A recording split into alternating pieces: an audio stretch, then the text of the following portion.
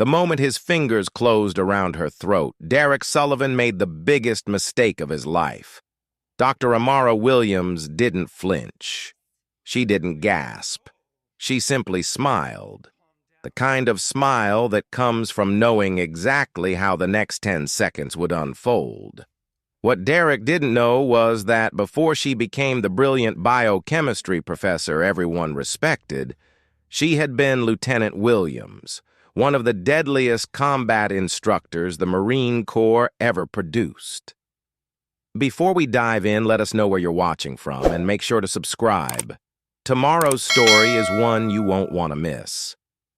The fluorescent lights of Westridge University's advanced biochemistry lab hummed their usual monotonous tune on what seemed like an ordinary Tuesday afternoon.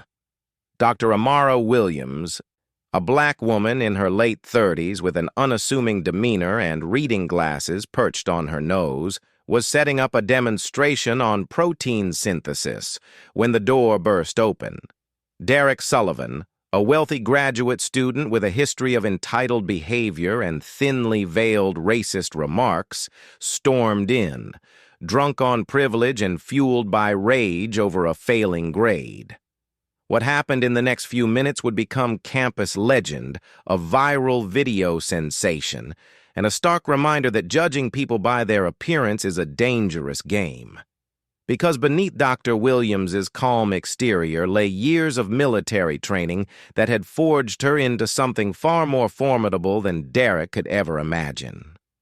Before Dr. Amara Williams ever stepped foot in a university lecture hall, before she earned her Ph.D. in biochemistry, before she became known for her groundbreaking research on enzyme inhibitors, she was simply Private Williams, a scared 18-year-old from Southside Chicago who walked into a Marine Corps recruitment office on a sweltering August morning in 2001.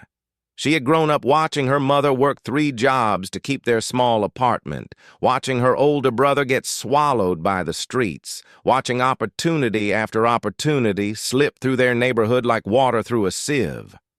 When the recruiter looked at her, really looked at her, not through her, and asked what she wanted to become, Amara had answered without hesitation, someone who matters. Boot camp at Paris Island nearly broke her. The humidity hung thick as soup. Drill instructors screamed until veins bulged from their necks. And her body ached in ways she didn't know were possible. But Amara discovered something crucial about herself during those 13 weeks of hell. She didn't break. While other recruits crumbled under pressure, she absorbed it, transformed it, and emerged harder than before. By graduation, she had earned the nickname Stone, not because she was cold, but because nothing could crack her. Her natural athleticism and unshakable composure caught the attention of her superiors early. After completing her initial training, Amara was selected for the Marine Corps Martial Arts Program, an honor reserved for those who showed exceptional aptitude for hand-to-hand combat.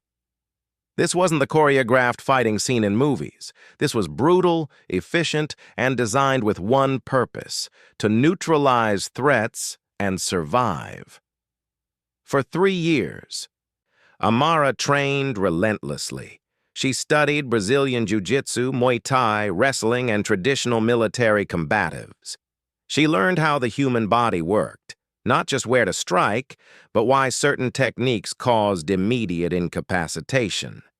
She memorized pressure points, nerve clusters, and joint vulnerabilities the way other people memorized phone numbers. She ran obstacle courses before dawn, practiced knife defense until her hands bled, and sparred with men twice her size until she could predict their movements before they made them.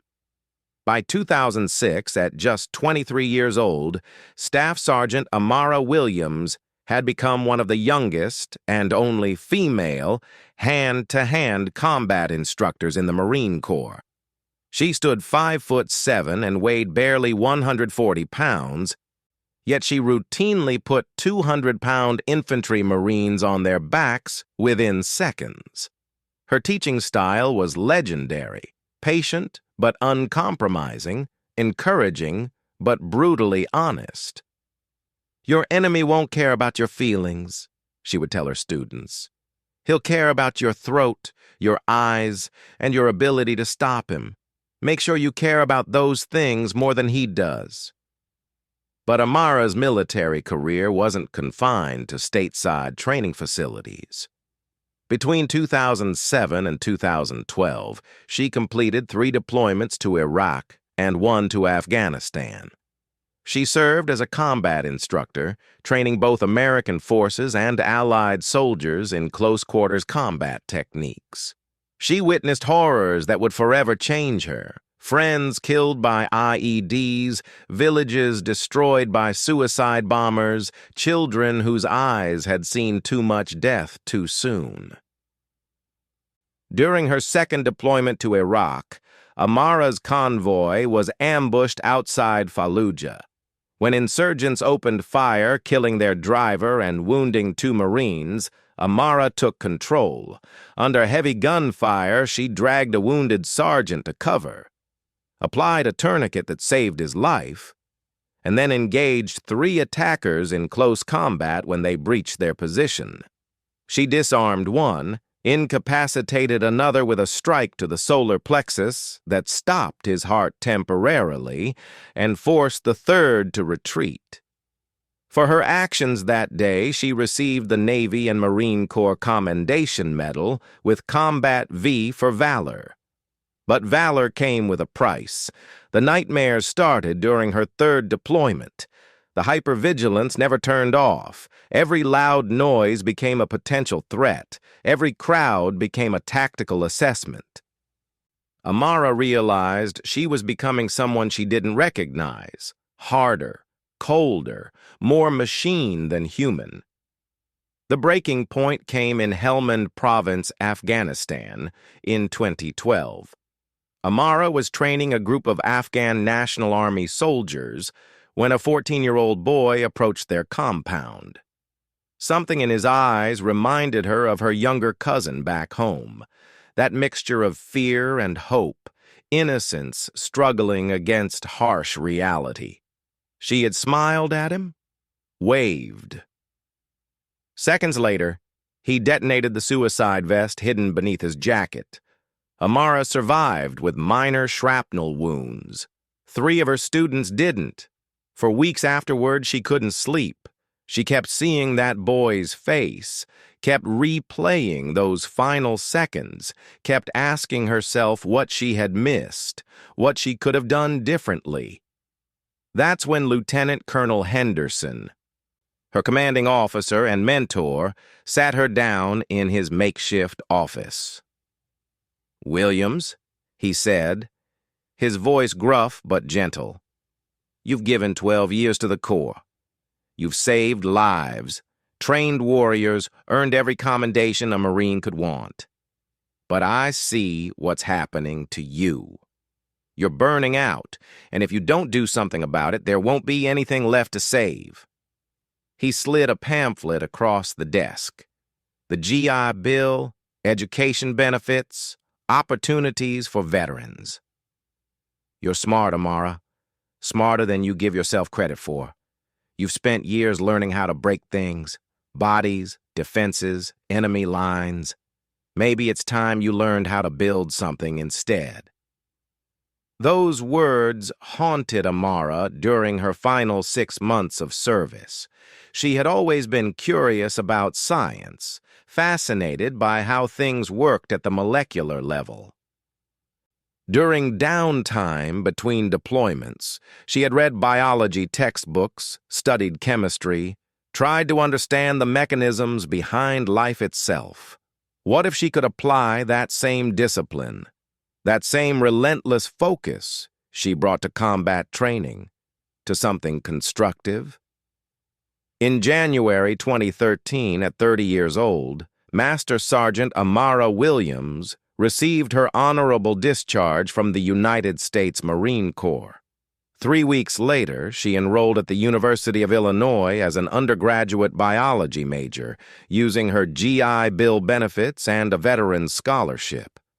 Her fellow students, fresh-faced 18-year-olds who complained about early morning classes, had no idea that the quiet woman sitting in the back row had killed men with her bare hands, had saved lives under fire, had earned the right to wear a chest full of medals she kept locked in a box at home.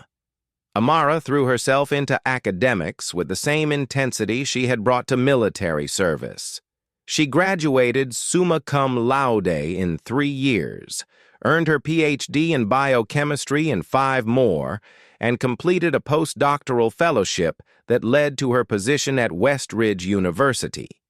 She published papers on enzyme inhibition, mentored dozens of students, and built a reputation as one of the most promising young researchers in her field. But she never forgot her training. Every morning, she still ran 5 miles before dawn. She still practiced her forms, her strikes, her defensive techniques. Not because she expected to need them, her fighting days were over. She did it because discipline had become part of her DNA, because those skills had kept her alive when nothing else could.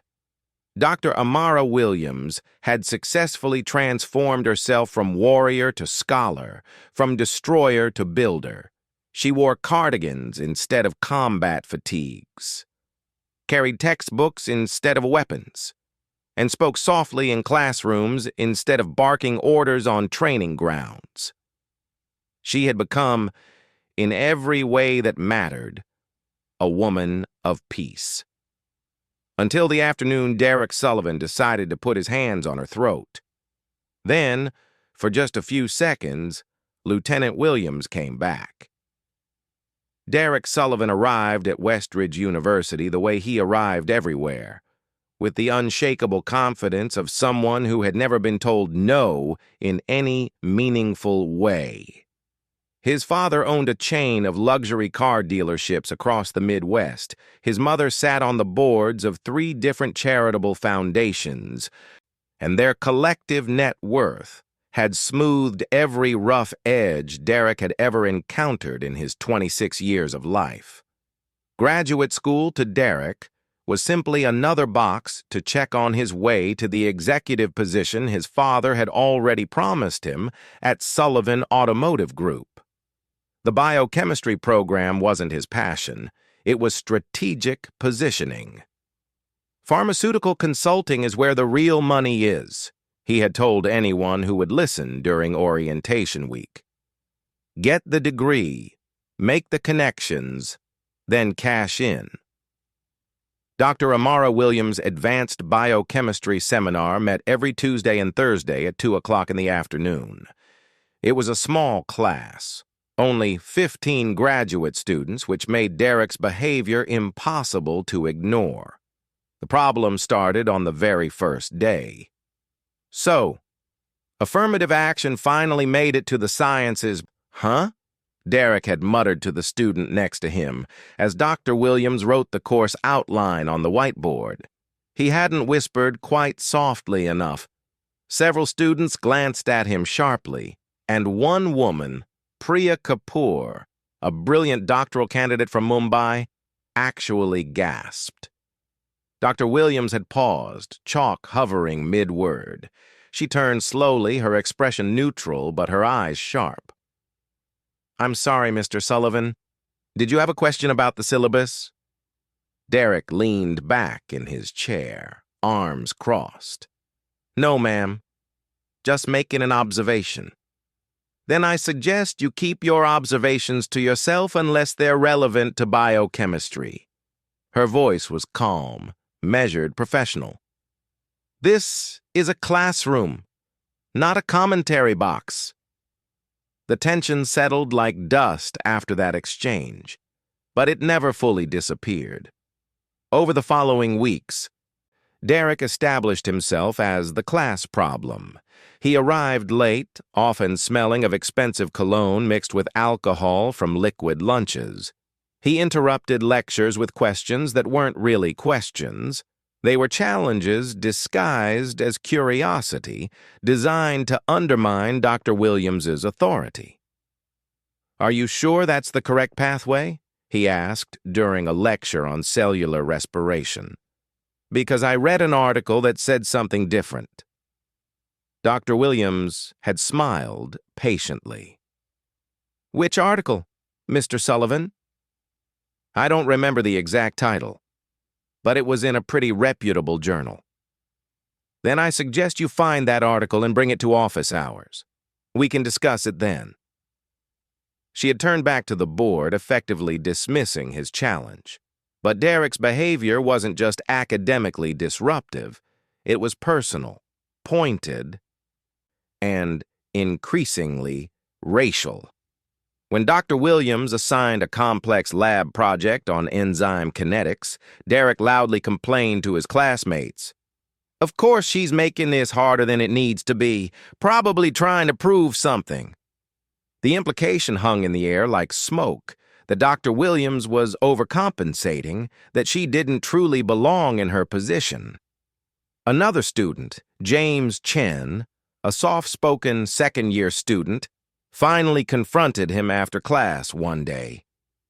"Dude, what's your problem? Dr. Williams is literally one of the best professors in this department." Derek had laughed, slapping James on the shoulder with false camaraderie. "Come on, man. You know how this works. Diversity hire. They had to fill a quota, and here we are, suffering through subpar instruction so the university can pat itself on the back." "That's complete garbage," Priya interjected, stepping between them. "Dr. Williams has published more groundbreaking research than you'll read in your entire career. Show some respect." "Respect is earned, sweetheart," Derek replied, his tone dripping with condescension. "Not handed out with a PhD. The midterm examination arrived in week 6, and it was rigorous. Dr. Williams had designed it to test not just memorization, but genuine understanding. The ability to apply biochemical principles to novel scenarios, to think critically about molecular mechanisms, to demonstrate mastery of the material. Derek failed spectacularly. His exam came back with a 53% scrawled across the top in red ink, along with a note, "See me during office hours to discuss." For 2 days, Derek raged. He didn't rage publicly. He was too calculating for that. Instead, he gathered allies, complained to anyone who would listen that the exam was impossibly difficult and clearly designed to make students fail. He conveniently ignored the fact that 12 of the 15 students had passed, many with strong grades. On Thursday afternoon, he appeared at Dr. Williams's office. Hours. She sat behind her desk, surrounded by stacks of academic journals and research papers, her reading glasses perched on her nose as she reviewed a manuscript. "Mr. Sullivan," she said, gesturing to the chair across from her, "I was hoping you'd come by. Let's talk about your midterm." Derek didn't sit. He stood in the doorway, arms crossed, jaw tight. "I want to talk about the grading. That exam was unreasonable." "The exam was challenging," Dr. Williams corrected gently. "There's a difference. Let me show you where you went wrong." She pulled out his exam, but Derek cut her off. "I don't need you to show me anything. I need you to admit that you're grading me more harshly because I don't fit your narrative." The temperature in the room seemed to drop 10 degrees. Dr. Williams removed her glasses slowly, folding them with deliberate care. "Excuse me?" "You know exactly what I mean. From day one, you've had it out for me. And now you're trying to tank my grade because I'm not afraid to speak my mind." Dr. Williams stood, her movements controlled and precise. "Mr. Sullivan, I grade every student based solely on their mastery of the material. Your exam answers demonstrated fundamental misunderstandings of enzyme kinetics, protein folding, and metabolic pathways. If you'd like to review the answer key and discuss specific questions, I'm happy to do that. But I will not tolerate accusations of bias. Derek's face flushed red. My father pays a lot of money for me to be here. Maybe I should have a conversation with Dean Morrison about the quality of instruction in this department. That's your right, Dr. Williams replied evenly. My office hours are Tuesdays and Thursdays 2 to 4. If you'd like to improve your understanding of the material, my door is open. If you're only here to make threats, you can leave. Derek stormed out, slamming the door hard enough to rattle the diplomas on the wall. True to his word, Derek went straight to Dean Morrison's office. He spent 45 minutes painting a picture of incompetent instruction, impossible standards, and, though he was careful not to say it directly, implied that Dr. Williams's background made her unqualified for her position. Dean Morrison, a silver-haired academic who had been navigating university politics for 30 years, listened patiently. Then he pulled up Dr. Williams's course evaluations, her publication record, and her student success rates. Mr. Sullivan, he said carefully, Dr. Williams is one of our most accomplished faculty members. Her students consistently perform well on standardized exams and graduate program placements. If you're struggling in her class, I'd suggest taking advantage of tutoring services and her office hours. So you're not going to do anything? Derek's voice rose an octave. I'm going to suggest you focus on your studies. That's what you're here for. The meeting ended badly. Derek left the administration building feeling humiliated, angry, and, most dangerously, convinced that the entire system was rigged against him. Over the next 2 weeks, Derek's behavior deteriorated further. He stopped coming to class regularly. When he did attend, he sat in the back, openly scrolling through his phone, making no effort to engage with the material. Other students began avoiding him, sensing the toxicity that radiated from his corner of the classroom. Priya approached Dr. Williams after class one Thursday. Professor, I'm worried about Derek. He's been making some really disturbing comments. Yesterday he said something about how you need to be put in your place. Dr. Williams had nodded slowly, filing that information away. Thank you for telling me, Priya. I'll keep an eye on the situation. But neither of them realized just how volatile Derek had become. Neither of them knew that he had spent the previous evening drinking bourbon in his apartment, scrolling through social media rants about woke universities and diversity hires, his anger fermenting into something darker and more dangerous. The warning signs were there. They always are. The escalating hostility, the sense of wounded entitlement, the conviction that he was being personally victimized. But warning signs are only obvious in hindsight, when tragedy has already revealed its shadow. Tuesday afternoon arrived, warm and ordinary. Dr. Williams prepared her protein synthesis demonstration while students filtered into the lab, chatting about upcoming assignments and weekend plans. Derek Sullivan wasn't scheduled to be there. He had stopped attending lab sessions 2 weeks earlier, but at 2:47 p.m., the lab door crashed open and everything changed. The lab door didn't open. It exploded inward with such force that it bounced off the rubber doorstop and quivered on its hinges. Every head turned toward the sound, conversations dying mid-sentence as Derek Sullivan filled the doorway. He looked wrong.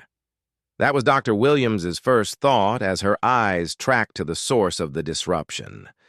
Derek's expensive button-down shirt was rumpled and half untucked, his carefully styled hair disheveled, and his eyes.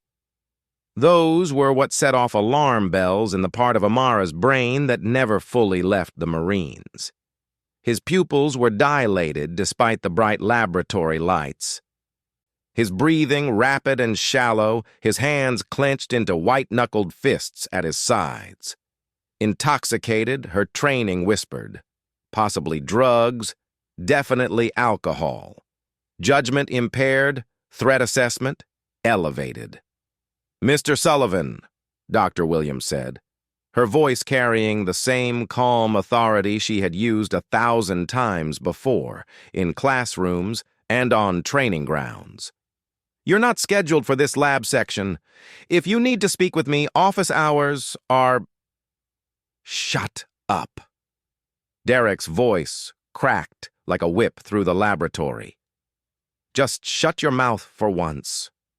The 15 students in the room froze. Priya's hand hovered over her tablet. James half rose from his stool. A girl named Sarah actually gasped audibly. No one had ever heard anyone speak to Dr. Williams that way. Amara felt the familiar sensation wash over her, the one she hadn't experienced since Helmand Province, since the last time someone had posed a genuine physical threat. Time didn't actually slow down. She knew that intellectually. But her perception sharpened, her senses heightened, and the world took on that crystalline quality where everything mattered. She noted the exits. Main door blocked by Derek, emergency exit 20 feet to her left. Windows that didn't open wide enough for egress. She clocked her students' positions. Too close, too exposed, civilians with no training. She assessed Derek's stance, weight forward, shoulders tense, hands trembling slightly. Classic pre-assault indicators. "Everyone," she said quietly, not taking her eyes off Derek. "Move to the back of the lab, now." "They're not going anywhere," Derek snarled, stumbling forward. His gait was uneven, confirming her intoxication assessment. "They need to see this. They need to see what happens when you people get too comfortable." "You people." The words hung in the air like poison gas. "Derek." She used his first name deliberately, trying to establish connection, to de-escalate. "Whatever's going on, this isn't the way to handle it. Let's step into the hallway and talk, just the two of us." "I'm done talking." His voice rose to a shout that echoed off the tile walls and glass beakers. "I'm done with your condescending tone, your impossible standards, your diversity hire bullshit." He was closing the distance now, each step bringing him nearer. 15 feet, 12 feet, 10 feet. Amara's body shifted automatically into a neutral ready stance, weight balanced, knees slightly bent, hands loose at her sides. To any observer, she simply looked alert. But every fiber of her being had engaged, muscle memory from 10,000 hours of training, flickering to life like a circuit being completed. "I'm asking you one more time to leave my classroom," she said, her voice dropping lower, harder. The professor was receding. Something else was rising to the surface. "After that, I'm calling security." "Security?" Derek laughed, a harsh, bitter sound. "You think I'm scared of rent-a-cops? You think I'm scared of you?" 8 feet, 6 feet. "You should be," Amara said quietly, so quietly that only Derek could hear. It wasn't a threat. It was simply truth. Derek's face twisted with rage. "What did you just—" He lunged. The world crystallized into perfect, terrible clarity. Derek's right hand shot out, fingers spread, aiming for her throat. It was a stupid attack, telegraphed and wild, the kind of move someone made when they'd watched too many movies and never trained a day in their life. But stupid didn't mean harmless. His hand was large, his grip would be strong. and his intention was clear. In the half-second it took for his hand to close the distance, Amara's mind processed a dozen pieces of information simultaneously. Angle of attack, straight line, high commitment, weight distribution, forward, overextended, grip type, thumb and four fingers, attempting trachea compression, threat level, serious but manageable. Response options, 6 viable techniques, optimal choice, control and incapacitate, minimize injury. Derek's fingers touched her throat. Then Lieutenant Williams took over. Her left hand snapped up in a motion too fast for the human eye to track properly. A sharp, precise upward strike with her forearm that intercepted Derek's reaching arm at the wrist. The impact wasn't hard enough to break bone, but it deflected his grab upward and away from her throat, his fingers closing on empty air instead of flesh. Simultaneously, and this was the beauty of muscle memory, of training drilled so deep it became instinct. Her right hand swept across her body and locked onto Derek's overextended wrist. Her grip was specific. Thumb pressed into the nerve cluster on the underside of his wrist, fingers wrapped around the radial bone, applying pressure that sent lightning bolts of pain shooting up his arm. Derek's eyes widened in shock and pain, but he was still moving forward, still committed to his attack, still dangerous. Amara pivoted. It was a small movement, barely noticeable to anyone watching, but it redirected Derek's forward momentum against him.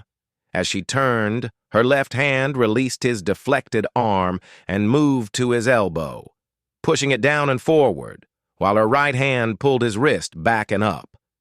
The joint lock was perfect.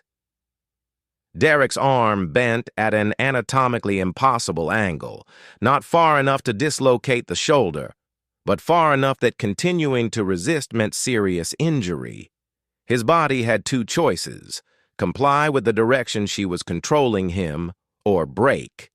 His body chose survival. Derek began to fold, his knees buckling as Amara guided him downward with precise control. She didn't throw him. Throwing meant loss of control, meant he could hit his head, meant lawsuits and complications. Instead, she directed him, using his own momentum and pain compliance to bring him smoothly to his knees. "Don't move," she said, her voice absolutely calm, completely controlled. There was no anger in it, no satisfaction, no emotion at all. It was the voice of someone who had done this hundreds of times, who knew exactly how close she was to the line between restraint and injury. Derek tried to pull away, desperation overriding pain for just a moment. Amara adjusted her grip fractionally, maybe 2 millimeters, and Derek gasped, his free hand slapping the tile floor in submission. "I said don't move." The entire sequence, from the moment Derek's hand touched her throat to the moment he knelt on the laboratory floor, completely controlled, had taken exactly 3 seconds. 3 seconds that felt like an eternity. The laboratory was utterly silent, except for Derek's harsh breathing and a distant siren that may have been real or may have been memory. Amara became aware of her students staring, mouths open, tablets and beakers forgotten. She saw Priya with her phone out, screen glowing, recording probably, and that was good. That was evidence. She also became aware of her own breathing, steady even, completely controlled. Her heart rate had barely elevated. Her hands weren't shaking. This, she realized with a mixture of pride and sadness, was just another Tuesday to the part of her that would always be a Marine. "Someone call campus security," she said, her voice returning to its normal professorial tone, as if she were asking someone to pass a test tube. "And someone else call the police. Mr. Sullivan has just committed assault." Derek made a small sound, half sob, half groan, as the reality of his situation began to penetrate his alcohol-clouded mind. "Please," he gasped. "You're hurting me." "Yes," Amara agreed simply. "That's the point. The pain keeps you compliant until help arrives. If you remain still and don't resist, it won't get worse." She knelt there, one knee on the cold tile floor, maintaining perfect control of Derek's arm, looking for all the world like a biochemistry professor who had simply encountered a minor classroom disturbance. But inside, Lieutenant Williams was still standing at attention, still analyzing threats, still ready. Because 12 years in the Corps had taught her something that academia never could. Some lessons are written in muscle and bone, in reflexes and reactions, in the space between thought and action. And those lessons, once learned, never really leave. The silence that followed Derek's submission lasted perhaps 5 seconds, but it felt like standing at the edge of a cliff, waiting for the echo of a fallen stone. Then chaos erupted. Not violent chaos, but the messy, confused chaos of 15 graduate students trying to process something their academic minds had no framework for understanding. "Oh my God," Sarah breathed, her hand pressed against her mouth. Did she just... She took him down like it was nothing, James whispered, his voice tinged with awe and disbelief. He grabbed her throat and she just...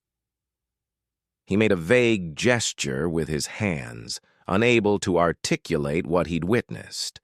Priya was already on her phone, her voice rapid and urgent. "Yes, this is an emergency. Westridge University, Harmon Science Building, 3rd floor, room 304. We need campus security and police immediately. A student just assaulted a professor. No, the professor is fine. The student is..." She glanced at Derek, still kneeling on the floor with Dr. Williams maintaining her controlled grip. "Restrained." "I'm calling an ambulance," another student announced, pulling out his phone. "Don't," Dr. Williams said calmly, still in that same collected tone that somehow made the entire surreal scene feel almost normal. "Mr. Sullivan isn't injured. I'm applying a joint lock that creates pain compliance without causing damage. As long as he doesn't struggle, he'll be fine." Derek whimpered, and, for the first time since the confrontation began, Dr. Williams looked down at him with something approaching sympathy in her eyes. "Breathe, Derek. Slow, deep breaths. Fighting against the hold only makes it hurt more." "Please," Derek gasped, and there were tears streaming down his face now. Whether from pain, shame, shock, or all three was impossible to tell.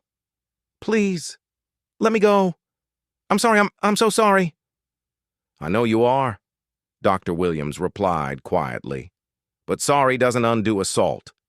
Security will be here soon, and then I'll release you." Marcus, a stocky undergraduate who was auditing the class, edged closer, his expression a mixture of concern and fascination. "Professor Williams, how did you... where did you learn to do that?" Before she could answer, the laboratory door burst open for the second time in 5 minutes. 2 campus security officers rushed in, hands hovering near their belts where pepper spray and radios hung. The first officer, a middle-aged man with graying temples and a gut that suggested too many years at a desk, stopped short at the scene before him. "What in the..." he began. "Officers," Dr. Williams said, her voice carrying the unmistakable tone of command. "I'm Dr. Amara Williams, the instructor of this course. This student, Derek Sullivan, entered my classroom uninvited, verbally threatened me, and then physically assaulted me by grabbing my throat. I've restrained him using non-lethal control techniques and am holding him for your custody." The second officer, a younger woman with sharp eyes and an athletic build, immediately grabbed her radio. "Dispatch, this is Officer Chen. We need police backup at Harmon 304. Assault in progress. Suspect currently restrained by victim." "Restrained by the victim?" The first officer, his name tag read Martinez, stared at the scene with undisguised confusion. "Ma'am, are you saying you did this?" "Yes, Officer Martinez. When Mr. Sullivan grabbed my throat, I defended myself and secured him using a standard joint manipulation technique. He's not injured, just uncomfortable. If you have handcuffs, I can transfer custody to you." Martinez approached cautiously, as if he wasn't entirely sure whether Dr. Williams or Derek posed the greater unpredictability. He pulled out his handcuffs, while Officer Chen moved to Derek's free side. "All right, ma'am. We'll take it from here. Can you release him slowly?" Dr. Williams nodded. "Mr. Sullivan, I'm going to let go of your arm now. These officers are going to handcuff you." "Don't do anything stupid." She released the pressure gradually, precisely, maintaining control until the very last moment when Martinez snapped the first cuff onto Derek's wrist. The instant her hands left his arm, Derek collapsed forward onto his hands and knees, gasping and cradling his arm against his chest. "It's not dislocated," Dr. Williams said, addressing Martinez with professional detachment. "He may have some bruising around the wrist and elbow, but there's no structural damage. I was very careful about that." "Careful?" Derek's voice was thick with tears and rage and something that might have been dawning horror. "You almost broke my arm." "No," Dr. Williams corrected, standing and brushing off her slacks with that same eerie calm. "If I wanted to break your arm, Mr. Sullivan, it would be broken. I wanted to stop you from hurting me, and I wanted to do it without causing you permanent injury. Mission accomplished on both counts." Officer Chen had pulled out a notebook and was scribbling rapidly. "Dr. Williams, I'm going to need a statement. Can you walk me through exactly what happened?" But before she could respond, Priya stepped forward, her phone held up like evidence. "I recorded most of it. He came in drunk or high, started yelling at Dr. Williams, called her." She paused, glancing at her professor with concern. "Some really racist things. Then he went for her throat and she defended herself." "You recorded it?" Martinez's eyebrows shot up. "Yes, sir. From the moment he grabbed her until she had him on the floor. It's all here." Priya's voice shook slightly, the adrenaline clearly beginning to fade into trembling aftermath. The door opened again, and this time, it was real police. 2 uniformed officers from the city force, their expressions serious and alert. The taller one, a black man in his 40s with sergeant stripes, surveyed the scene with experienced eyes. "I'm Sergeant Williams. No relation," he added with a slight smile toward Dr. Williams. "Someone want to tell me what happened here?" Everyone started talking at once, a cacophony of shocked voices all trying to explain. The sergeant held up his hand. "One at a time. You." He pointed at Officer Martinez. "Give me the basics." Martinez gestured toward Dr. Williams. "Professor here says the student assaulted her, grabbed her by the throat. She restrained him herself until we arrived. Student's name is Derek Sullivan. We've got him cuffed." Sergeant Williams turned his attention fully to Dr. Williams, his cop eyes taking in her composed posture, her steady breathing, the complete absence of panic or hysteria. "Ma'am, are you injured?" "No, Sergeant. Mr. Sullivan didn't successfully make contact in any meaningful way."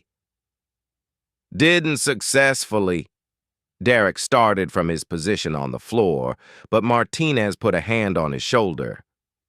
Son, I strongly suggest you stop talking right now. Sergeant Williams pulled out his own notebook. Dr. Williams, I'm going to need details. The suspect grabbed your throat, you said? He attempted to. I intercepted and controlled the threat before he could establish a grip. The sergeant's pen paused mid-word. Something in Dr. Williams's terminology, her phrasing, the clinical precision of her language, made him cock his head slightly. Controlled the threat. That's interesting language, ma'am. You have training? A beat of silence. Yes, Dr. Williams said simply. 12 years, United States Marine Corps. I served as a hand-to-hand combat instructor for most of that time. The reaction was immediate and electric. Students gasped. Officer Chen's head snapped up from her notes. Even Derek, still kneeling on the floor, turned to stare at her with something approaching horror in his eyes. You were a Marine? James said, his voice climbing with disbelief. Like, an actual Marine? Master Sergeant Williams, retired, she confirmed, a hint of old pride creeping into her voice. I specialized in MC MAP, Marine Corps Martial Arts Program. I taught close quarters combat, defensive tactics, and threat neutralization to infantry Marines for 8 years. Sergeant Williams, actual Williams, let out a low whistle. Master Sergeant. That's impressive, ma'am. And this student tried to choke you? Attempted to, yes. Lord have mercy. The sergeant shook his head, and despite the severity of the situation, there was the faintest hint of a smile tugging at his lips. Son, he said, addressing Derek, do you have any idea how badly you miscalculated? Derek didn't answer. He was staring at Dr. Williams with an expression of complete devastation, as if the entire foundation of his worldview had just collapsed. This woman he had dismissed, insulted, belittled, judged as less than based on her race and gender, she had been trained by the most elite fighting force in the world. She could have destroyed him, and instead, she had shown remarkable restraint. I didn't know, he whispered. I didn't. That's the point, Derek, Dr. Williams said, her voice softer now but no less firm. You didn't know. You made assumptions based on what you saw, on your prejudices, on your sense of entitlement. You never bothered to see me as a complete person, and that ignorance almost got you seriously hurt. Priya was crying now, overwhelmed by the adrenaline dump and emotional whiplash. Sarah had her arm around her. Other students clustered together, talking in hushed, urgent voices, replaying what they'd witnessed, trying to reconcile the patient, scholarly Dr. Williams with the warrior who had just materialized before their eyes. All right, Sergeant Williams said, his professional demeanor reasserting itself. Dr. Williams, I'll need you to come down to the station to give a full statement. Mr. Sullivan, you're under arrest for assault. You have the right to remain silent. As the sergeant read Derek his Miranda rights, and the other officers helped him to his feet, Dr. Williams turned to her class. They looked at her with new eyes now, not just respect, but something approaching awe, mixed with a healthy dose of fear. Class is obviously dismissed, she said, and incredibly there was the faintest hint of dry humor in her voice. We'll resume our discussion of protein synthesis on Thursday. Please complete the reading from chapters 12 and 13. Only Dr. Amara Williams, warrior and scholar, would assign homework immediately after neutralizing a violent threat. By 7 o'clock that evening, Priya's video had been viewed 43,000 times. By midnight, it had crossed 2 million.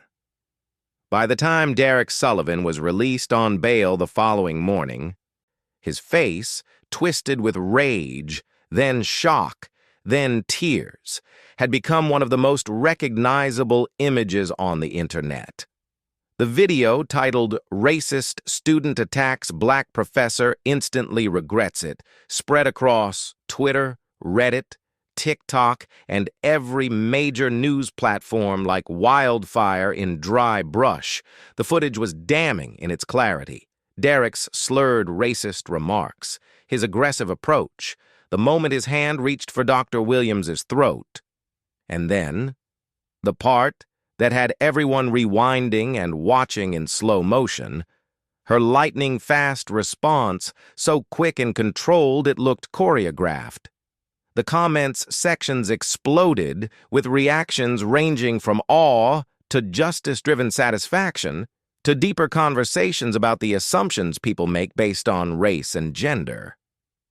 "She didn't even look worried," one viral tweet observed. "That's the face of someone who knows exactly what they're capable of." Another comment, liked over 100,000 times, read, "Imagine being so blinded by racism that you assault a literal Marine Corps combat instructor. The arrogance is breathtaking." But perhaps the most shared commentary came from a retired Marine colonel who posted, "That's textbook MC map control technique. Perfect execution, minimal force, zero permanent damage. She could have destroyed him but chose restraint. That's what discipline looks like." Within the biochemistry department at Westridge University, the response was swift and decisive. Dean Morrison, the same administrator who had dismissed Derek's earlier complaints, sat in an emergency meeting with the university president, legal counsel, and the head of student affairs. "We have a clear-cut case," the university's attorney stated, her fingers drumming on a thick folder of documentation. "Assault and battery, caught on video, multiple witnesses, and the victim has already filed a police report. Mr. Sullivan is facing criminal charges, and we need to address the university's response immediately." President Harrington, a distinguished woman in her 60s who had navigated countless campus crises, leaned back in her chair. "What's our exposure here?"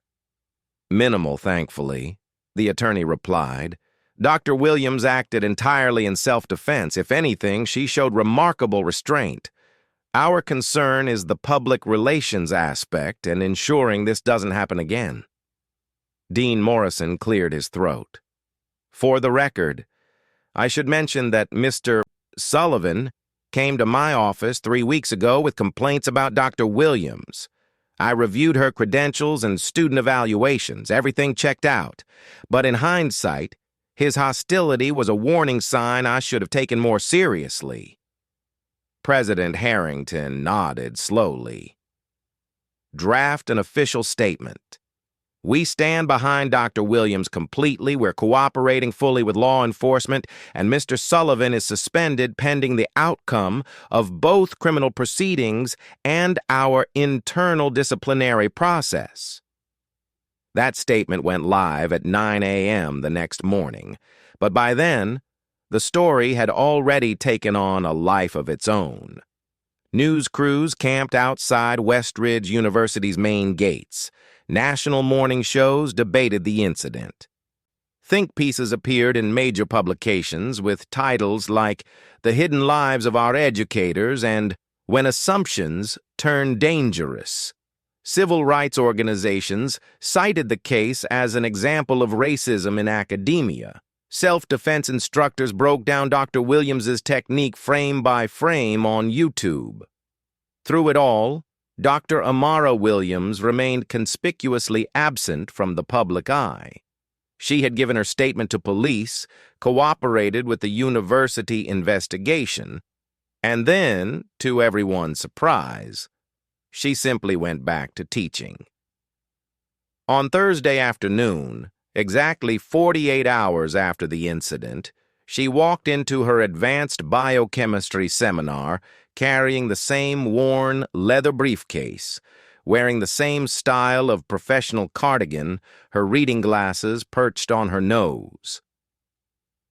The 15 students, every single one had returned, sat in absolute silence as she entered. "Good afternoon," Dr. Williams said, setting her briefcase down with a soft thud. "I believe we were discussing protein synthesis before we were interrupted. Please open your textbooks to Chapter 12. No one moved. They stared at her as if she were a museum exhibit suddenly come to life. Finally, James raised his hand tentatively. "Professor Williams, are you okay?" She paused, considering the question with the same careful attention she gave to scientific hypotheses. "I'm fine, James. Thank you for asking. Now, protein synthesis—" "How are you just back here?" Sarah interrupted, her voice cracking slightly. "After everything that happened? The video is everywhere. People are calling you a hero. There are news crews outside. And you're just teaching?" Dr. Williams set down her dry erase marker and turned to face her class fully. For a long moment, she studied their faces. The concern, the confusion, the lingering shock, and yes, the new wariness that hadn't been there before Tuesday.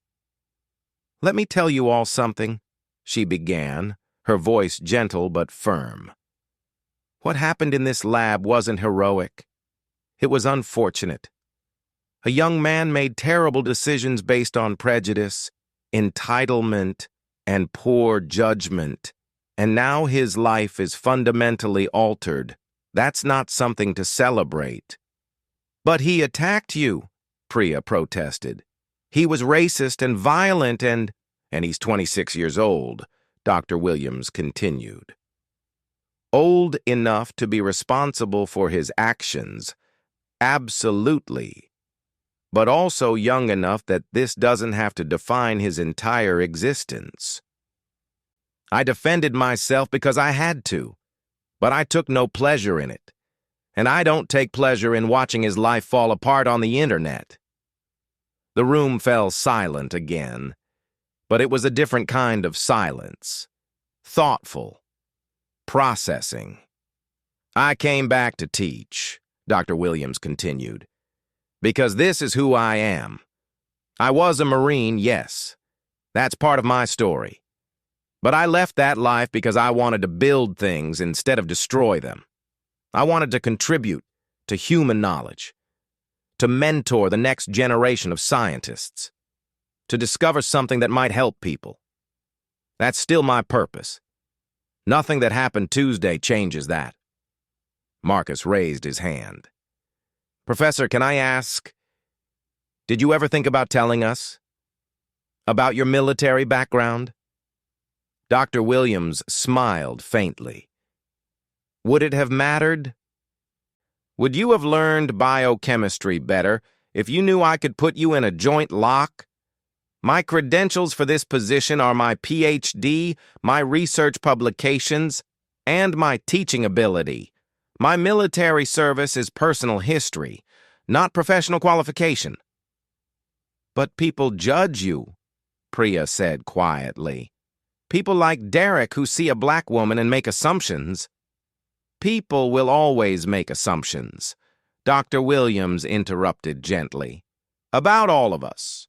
Based on our race, our gender, our age, our appearance. I can't control what people assume about me. I can only control what I do, how I conduct myself, and whether I let their assumptions diminish my sense of self-worth." She paused. Derek Sullivan looked at me and saw someone he could intimidate, someone he could dismiss, someone who didn't deserve his respect. That's his failure, not mine. Over the following weeks, the legal process ground forward with bureaucratic inevitability.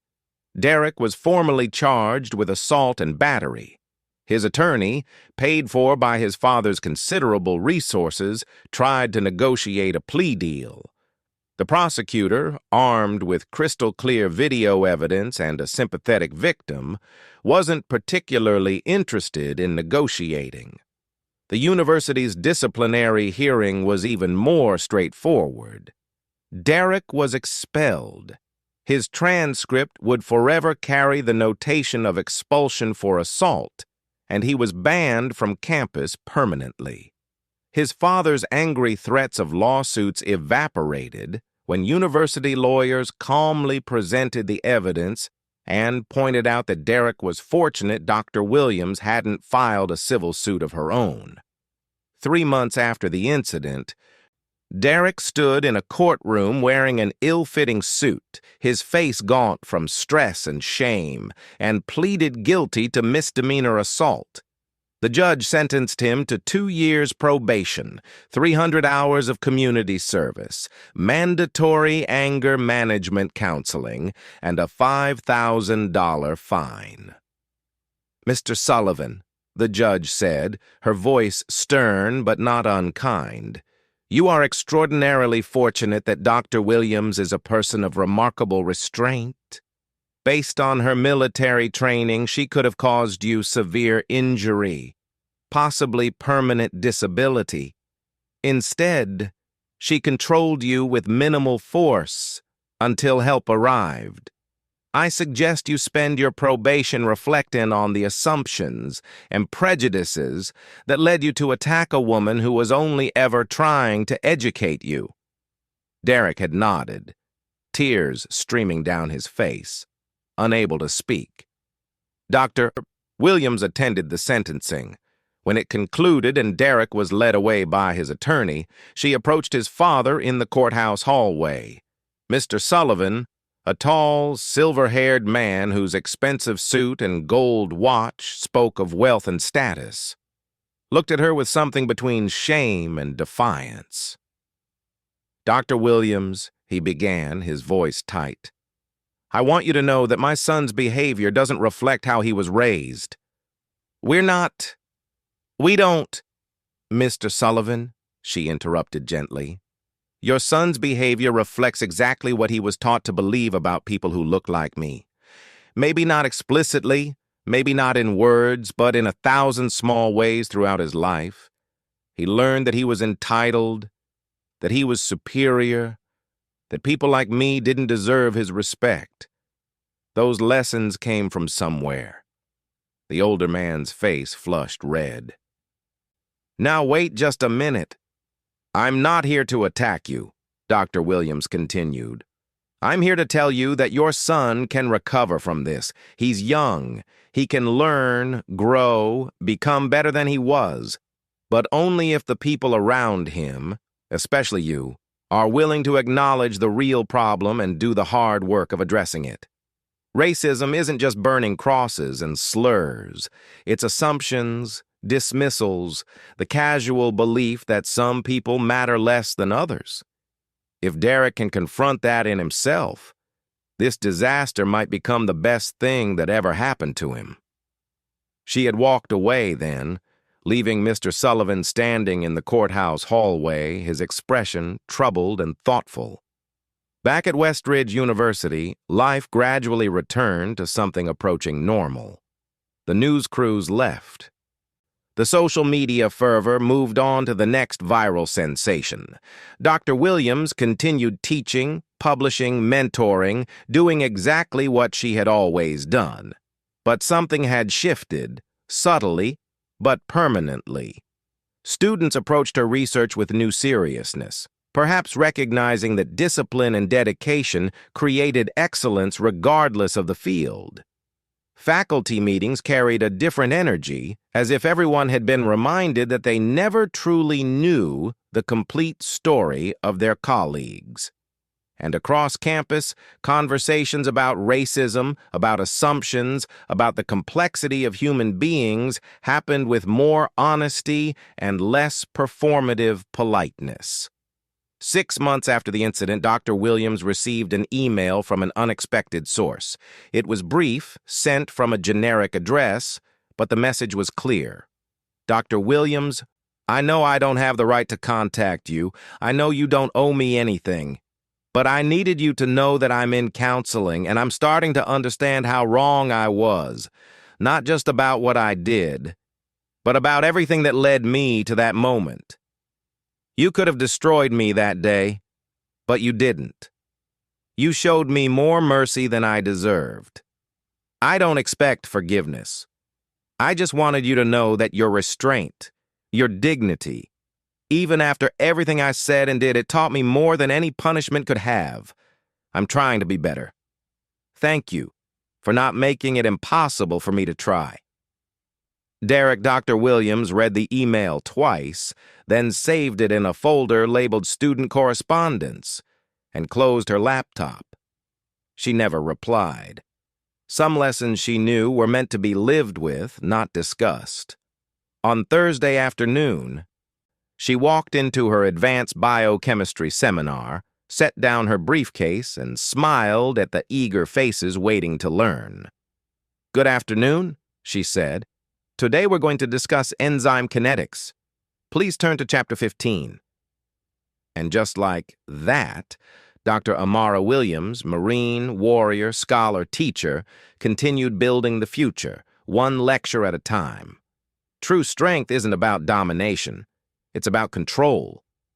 Dr. Williams had the power to seriously hurt Derek, but she chose discipline over destruction. That's what real strength looks like. This story reminds us that we never truly know someone's full story. The assumptions we make about people based on appearance can be dangerously wrong. Respect should never be conditional on what we think we see. Thanks for staying till the end. Have you ever had to choose restraint over anger, or witnessed someone being completely underestimated? Drop your story in the comments below. If this moved you, hit like, share with someone who needs to hear it, and subscribe for more powerful stories that challenge how we see the world. Remember, never judge a book by its cover. You might be surprised what's written inside. See you in the next one. Stay humble. Stay wise.